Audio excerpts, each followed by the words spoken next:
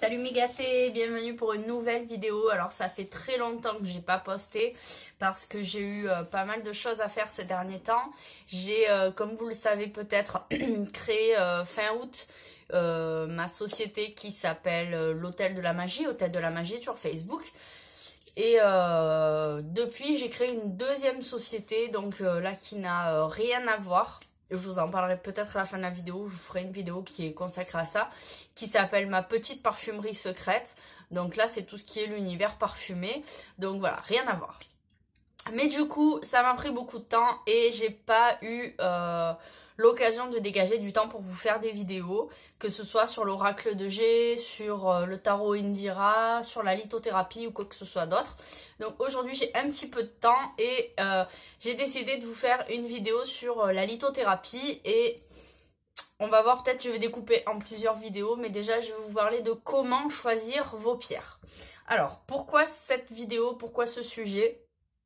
Eh bien tout simplement parce que je suis inscrite sur des groupes Facebook et je vois régulièrement tout et son contraire.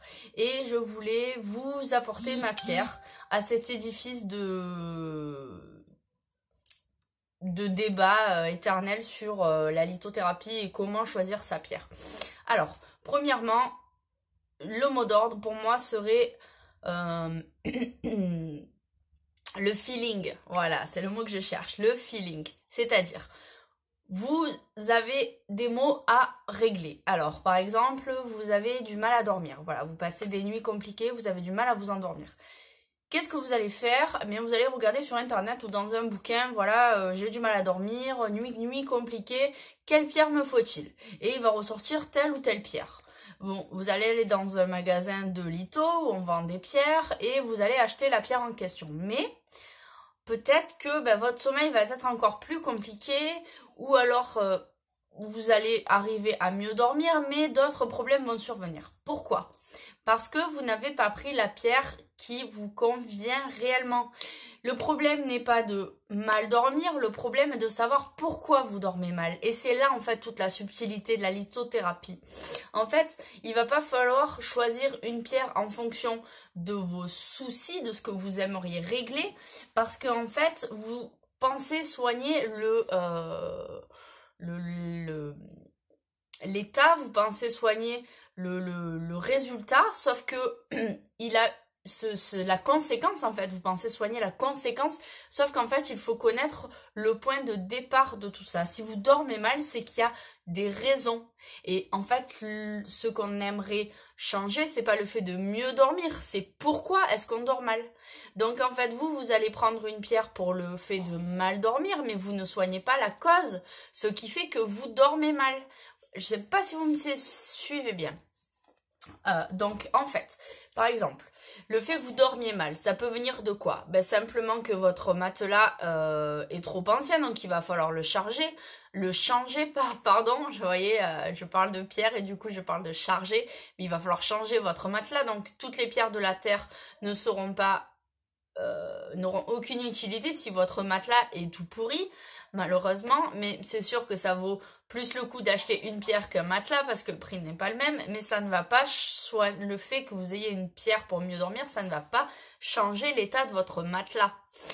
Si vous dormez mal parce que vous réfléchissez trop, il va falloir une pierre pour le stress, pour la réflexion, pour la pensée. Il va falloir peut-être faire de la méditation.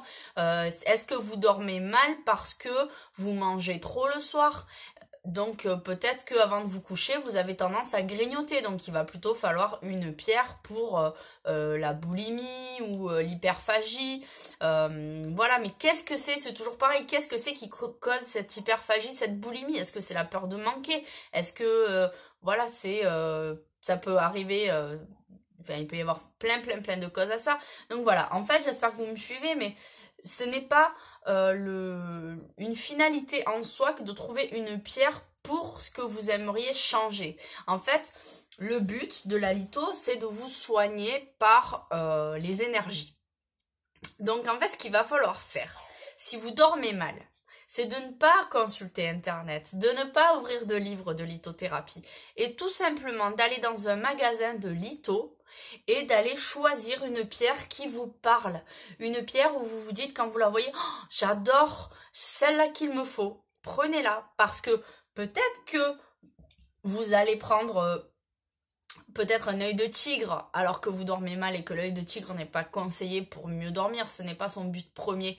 Mais en fait, tout simplement que vous êtes amené à aller vers cette pierre parce que c'est ça qu'il vous faut, parce que le souci est que peut-être vous avez des choses à régler avec vous-même ou que des personnes disent du mal de vous, sont médisants, cela vous atteint énormément et vous avez besoin de vous protéger, ce qui fera que peut-être une fois que vous vous sentirez mieux protégé, vous allez peut-être commencer à mieux dormir parce que vous serez plus apaisé, de vous sentir en sécurité. Donc vous voyez, en fait, il faut aller plutôt vers quelque chose, une pierre qui nous attire, qui nous appelle, plutôt que vers une pierre qui est préconisée pour un souci. Car c'est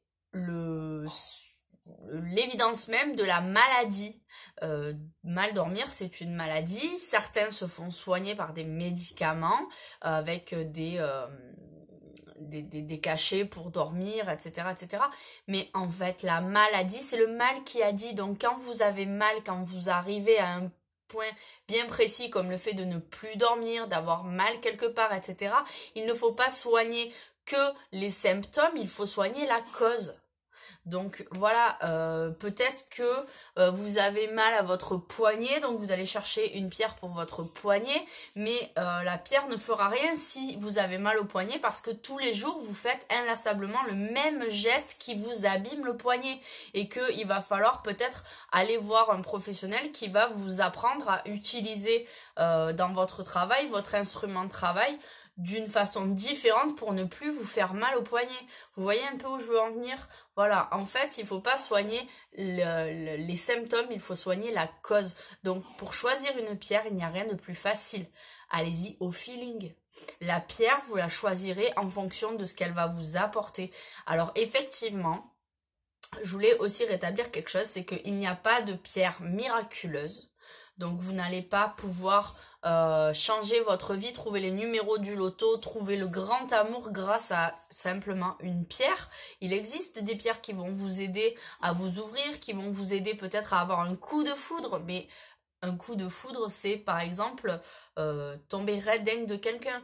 Mais si vous cherchez à avoir un coup de foudre ou un nouvel amour dans votre vie, c'est que jusqu'à présent vous avez été déçu et vous en avez marre d'être seul et des déceptions et des ruptures.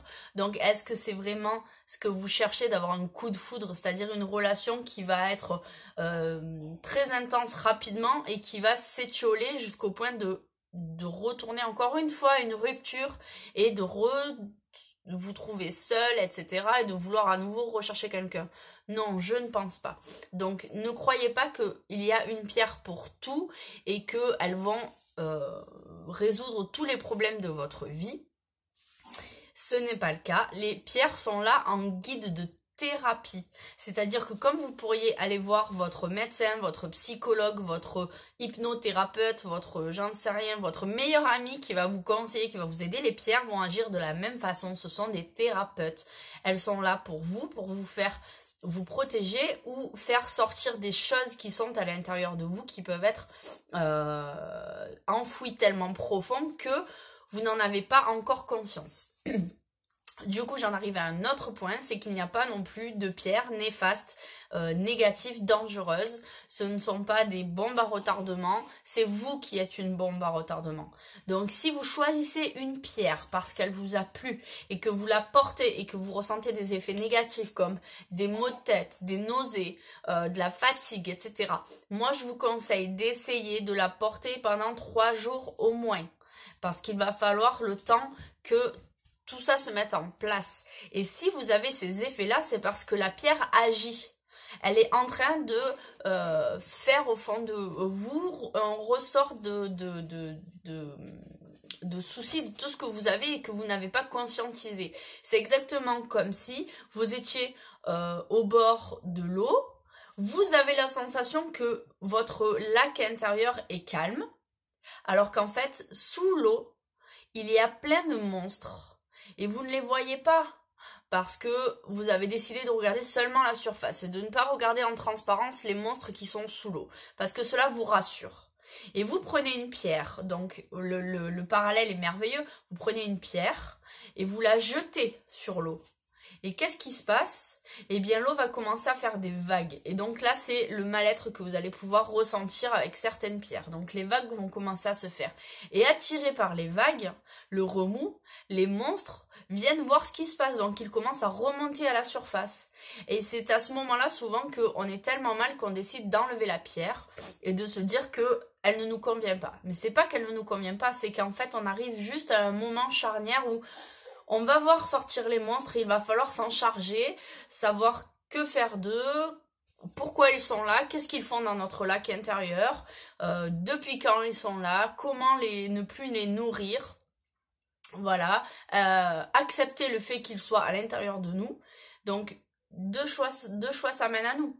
Soit on décide d'enlever notre pierre, de revoir à nouveau notre lac devenir tout lisse, mais en conservant les monstres qui sont au fond, avec le risque de les voir ressurgir à un moment ou à un autre sans qu'on le veuille, ou alors garder notre pierre sur nous et accepter le fait que les monstres surgissent et qu'il va falloir s'en occuper de façon à ce que un jour, lorsque nous allons regarder ce lac calme, il n'y ait vraiment plus rien au fond de dérangeant, ou que les seuls animaux terribles qui y soient, vous sachiez les dompter sans aucun problème.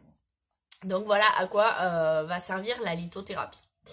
Je sais pas, je pense que j'ai encore un peu de temps. Du coup, je voulais vous parler aussi de la purification des pierres. Alors la purification des pierres est nécessaire, pourquoi?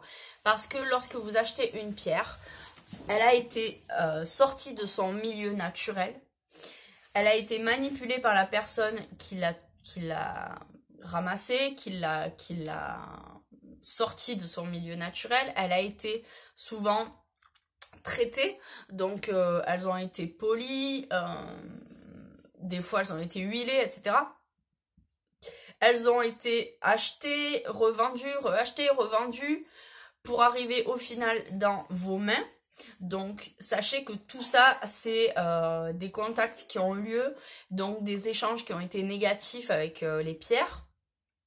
Et du coup, le souci, c'est que certaines disent, par exemple, il y a un grand magasin que tout le monde doit connaître qui commence par un C sur un fond bleu où ils vendent des livres et tout ce qui est... comment ça s'appelle? Et tout ce qui est loisirs créatifs, voilà, donc ça commence par un C, c'est une grande enseigne. Souvent, ils vendent des pierres et les gens disent ah ouais, mais ça doit être des fausses parce que quand je les prends dans la main, je ne ressens rien. Mais c'est normal. Il y a eu tellement de manipulation avant d'arriver sur l'étal du magasin que la pierre, en fait, est complètement vidée, déchargée, voire chargée négativement. Donc, il n'y a pas de souci, c'est des vraies pierres. J'ai testé moi-même. Ce sont des vraies pierres. Par contre, il va falloir les purifier pour pouvoir les utiliser. Et ça, c'est valable pour toutes les pierres. Donc, qu'est-ce que je vous conseille? Alors, il y a plein de méthodes. Ça peut être aussi bien l'eau déminéralisée, l'eau salée, la coquille Saint-Jacques, la fleur de vie. Bref, plein de méthodes. Le reiki, magnétisme, bref, plein de choses. Mais moi, ce que je vous conseille, c'est que si vous n'êtes pas maître reiki, pas magnéticien, que vous n'avez pas de quoi imprimer une fleur de vie, que vous ne connaissez pas les pierres, le plus simple, c'est la méthode du sel. Alors, sachez qu'on ne doit pas poser les pierres à même le sel pour la simple et bonne raison que certaines pierres risquent d'être corrodées par le sel. De même que l'eau salée, et certaines pierres n'aiment pas non plus l'eau. Elles n'aiment pas le contact avec l'eau, vous risquez de les abîmer sur du long terme. Donc le plus simple, le plus sûr, ça va être le sel. De quelle façon? Vous mettez votre sel dans un bol blanc ou dans un pot transparent. Et par-dessus, vous posez à nouveau un bol blanc ou un bol transparent, comme ça. Et vous allez poser vos pierres ici. Voilà, du coup, aucun contact direct entre la pierre et le sel. Celui-ci va quand même purifier et nettoyer vos petits cailloux, mais il n'y a pas de contact direct, donc aucun souci, vous ne pouvez pas vous tromper, il n'y a aucun problème. Pourquoi je n'utilise pas de coquille Saint-Jacques? Parce que tout simplement je suis végane et que la coquille Saint-Jacques c'est le cadavre d'un animal. Puisque la coquille Saint-Jacques est un animal qui est vivant à la base et la coquille c'est une partie de son squelette.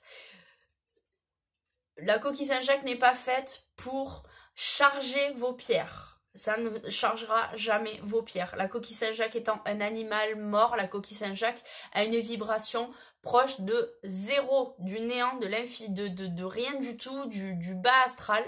Donc ça ne chargera jamais vos pierres en positif. Par contre, ça peut les nettoyer. Si vous pensez que ça peut les nettoyer, nettoyez-les comme ça. Ça va attirer le négatif, ça va le digérer, mais ça ne la rechargera pas. Maintenant, sachez une chose, c'est que tout ce qui prime dans toutes les techniques, c'est le pouvoir de l'intention. Si vous pensez que votre technique est bonne, elle est bonne pour vous. Il n'y a aucun problème. Il n'y a pas de remise en cause à avoir là-dessus. Si vous pensez que votre technique est la bonne, continuez. Car c'est l'intention qui compte. Le fait que vous pensiez, que vous vous persuadez, que vous mettiez votre cœur dans la technique que vous réalisez, fait que cette technique marchera. Après, il faut quand même se rendre à l'évidence que toutes les techniques ne sont pas bonnes, car même si vous êtes persuadé que l'eau déminéralisée va nettoyer votre pierre, oui, certainement, mais vous risquez d'abîmer vos pierres aussi. Donc, voilà. Faites un choix judicieux, à mon avis, personnel, donc ça n'engage que moi. Je pense que la meilleure façon, c'est de poser un bol blanc ou un bol transparent sur du sel et de laisser les pierres se purifier. Une fois que c'est fait, moi je vais les mettre directement à la lumière de la nuit. Parce que de la même façon que certaines pierres n'aiment pas l'eau ou certaines n'aiment pas le sel, certaines pierres n'aiment pas la lumière du soleil parce que cela les abîme. Je pense notamment à l'améthyste qui est une pierre violette. Donc ici j'ai une druse d'améthyste. Voilà, donc je sais pas si vous voyez bien, la lumière est pas très bonne, il fait pas très beau aujourd'hui à Marseille. Voilà, donc ça c'est de l'améthyste. J'évite de la laisser trop à la lumière directe du soleil car je sais que dans quelques mois, quelques années, cette druse n'aura plus le même éclat. Ses vertus seront les mêmes, mais sa couleur physique aura changé. Ici j'ai un petit pendentif aussi en améthyste que j'ai eu pour mon anniversaire, donc voilà. Donc voilà, la première chose à prendre en compte quand vous voulez choisir une pierre, c'est ce que vous ressentez, l'envie que vous avez quand vous la voyez. Si vous avez l'impression que c'est celle qu'il vous faut, prenez-la. Ensuite, il faudra la purifier. Donc, à mon avis, le plus judicieux, c'est de la poser sur du sel directement dans un bol et le bol posé sur le sel. Et ensuite, pour recharger vos pierres, toujours à mon avis, le plus judicieux, c'est ou de le poser sur un motif fleur de vie ou de le mettre à la lumière à la lueur de la lune. C'est ce qui sera le mieux. Si vous ne maîtrisez bien sûr pas les techniques du genre Reiki ou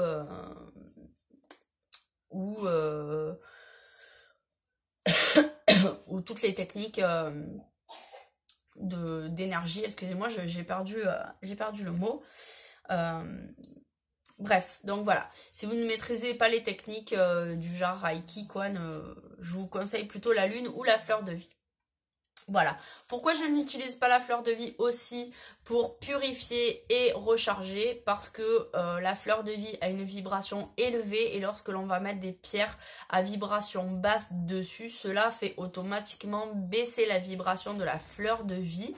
Ceci n'est pas définitif, du moment que vous allez enlever votre pierre, la vibration va remonter, mais je ne suis pas trop pour faire baisser la vibration de la fleur de vie, même quelques instants.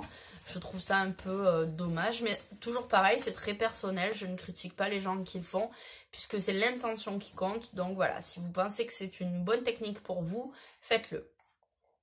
Voilà, je pense que j'ai fait le tour. Je vous fais de gros bisous et rejoignez-moi sur ma page Hôtel de la Magie et sur ma page Ma Petite Parfumerie Secrète où là j'ai plein de surprises pour vous, pour votre intérieur.